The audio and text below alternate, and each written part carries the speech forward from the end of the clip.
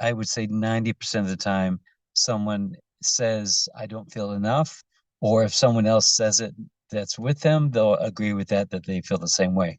So I really want to address that. And one of the ways that I addressed that in the past is about, how could you not be enough when God doesn't make mistakes and you're all part of that plan, and it's God that's animating your body and all these beautiful things. And then I'll say, maybe you're right, you're not enough. You're not enough to where you want to be, where you want to evolve to. So stop the argument with the mind.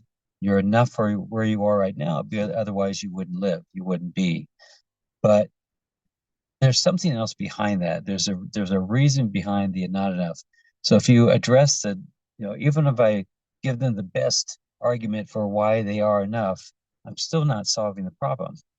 And the problem is that the not enough is a conclusion from the mind, from something that happened. So it's a response or a reaction from some rejection or some abandonment or some feeling that they couldn't be who they wanted to be, or whatever the thing was. And their mind concluded, well, this must mean something about you, which is, it always must be. And it must be that you're not enough. So that's what the mind does, is it goes out there and it looks at all the events and all the conversations, and it applies it to, it says you, but what it's talking about is it. It's the mind, the egoic mind. It says, this is what it means about me. And it creates a story, and it distorts even beautiful things, and it makes a story out of it. And a lot of times it's built out of fear and worry and blame and shame and regret and resentment. And it says, we're not enough. We'll never be enough. We'll always be separate from God. And woe is me, all those things. So I just wanted to address that in a different way, so that you have different tools, different ammunition, different perspectives to meet that, because on all levels, it doesn't make sense to yourself. If you have emotions about not being enough, you know inside of yourself that it's not really true.